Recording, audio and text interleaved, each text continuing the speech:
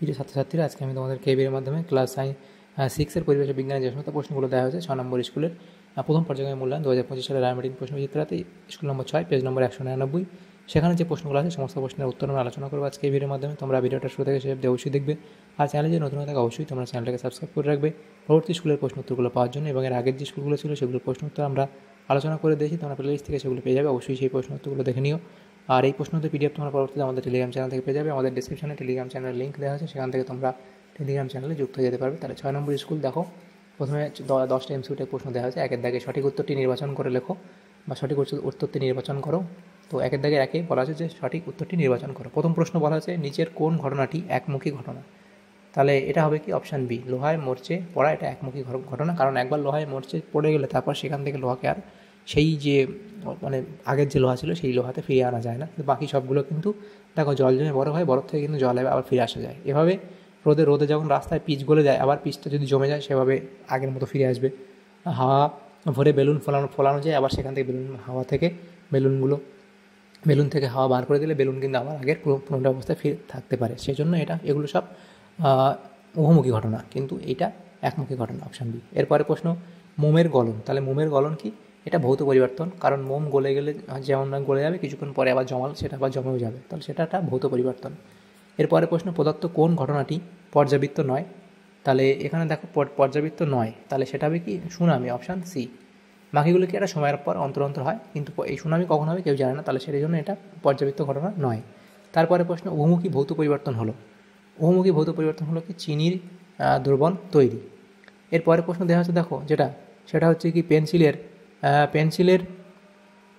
পেন্সিলের দাগ মোছার ইরেজার তৈরি হয়, এটা হবে রবার গাছের আঠা থেকে। এরপরে প্রশ্ন প্রদত্ত কোনটি পরজীবী উদ্ভিদ? তাহলে এখানে আছে কি স্বর্ণলতা, অপশান হবে অপশান এ স্বর্ণলতা। এরপরে প্রশ্ন তরল মিশ্রিত কোনো অদ্রাব্য কঠিন পদার্থের সূক্ষ্ম কণাগুলিকে ফিল্টার কাগজের সাহায্যে ছেঁকে ওই তরল থেকে পৃথক করার পদ্ধতিকে বলে, তো ওই পদ্ধতিকে কী বলা হয়? পরিস্রাবণ বলা হয়, অপশান ডি। এরপরে প্রশ্ন যেটা আছে কার্বন হলো এক প্রকার অধাতু, অপশান বি। তারপরে সিংকোনা গাছের ছাল থেকে পাওয়া যায় কি কুইনাইন, অপশান বি। তারপরে প্রশ্ন একটি যৌগিক পদার্থ হলো কি? সেটা এখানে তোমাদের হবে জল, অপশান বি। 2 থেকে প্রশ্নে কী বলে শূন্যস্থান পূরণ করো। 2 থেকে 1 হাইড্রোজেন সালফাইডের সংকেত হলো এর সংকেত হলো কি H2S। তারপর ধাতু তাপ ও তড়িতের কী হয়? ধাতু তাপ ও তড়িতের কি সুপরিবাহী, তাহলে ধাতু তাপ ও তড়িতের সুপরিবাহী। নেক্সট প্রশ্ন পিঁপড়ের মিথজীবী জীব হলো কি জাব পোকা।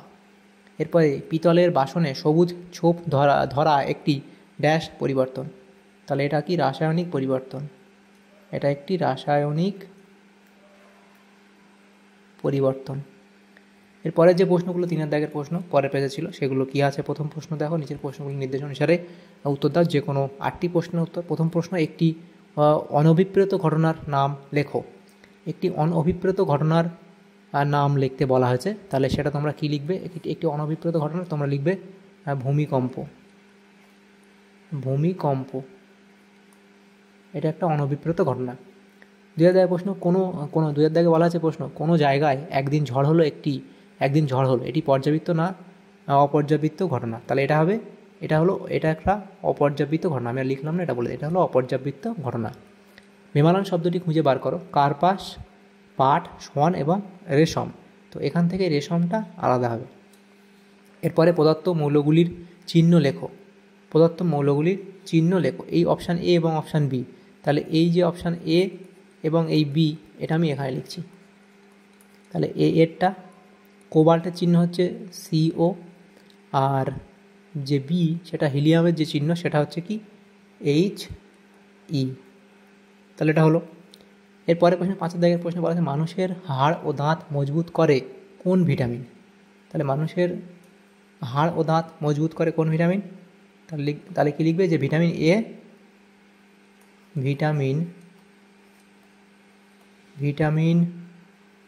এ ও ডি।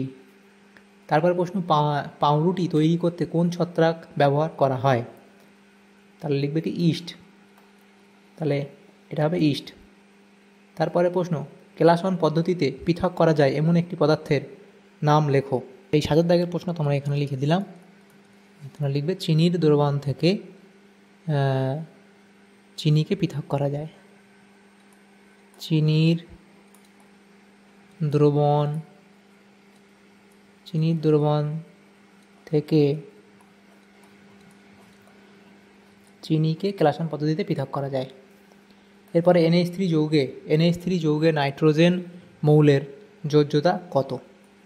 তাহলে তোমরা কি লিখবে, এটা হবে কি 3। তারপরে প্রশ্ন, সবচেয়ে হালকা মৌলের নাম লেখো। সবচেয়ে হালকা মৌল হলো কি হাইড্রোজেন।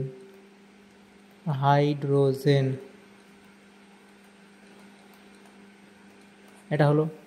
এরপরে 4 দাগের এই প্রশ্নগুলো নেক্সট পেজে আলোচনা করব। দেখো 4 দাগের প্রথম প্রশ্ন বলা হয়েছে যে খাবারের জন্য প্রাণীদের উপর মানুষের নির্ভরশীলতা নিজের ভাষায় লেখো। তো এটা তোমরা লিখবে, খাবারের জন্য কীভাবে নির্ভরশীলতা হয় মানুষ প্রাণীদের ওপর, এটা লিখবে। এরপরের প্রশ্ন 2 দাগে, পরজীবী প্রাণী কাকে বলে? দেখবে যে সমস্ত প্রাণী অন্য প্রাণীর দেহের বাইরে বা ভিতরে বাস করে, ওই প্রাণীর দেহ থেকে পুষ্টিটা শোষণ করে এবং ওই প্রাণীর ক্ষতি করে, তাদের পরজীবী প্রাণী বলা হয়। এবং তোমার শরীরে বাস করে এমন একটি পরজীবী প্রাণীর নাম তোমরা কি লিখবে? এটা তোমরা লিখবে ফিতাকৃমি, এটা হবে অন্তঃপরজীবী। এরপরে প্রশ্ন, মৌলের পরমাণু কাকে বলে? তাহলে পরমাণু কাকে বলে লিখবে। এবং হাইড্রোজেন ক্লোরাইড যৌগে কী কী মৌল নিয়ে গঠিত?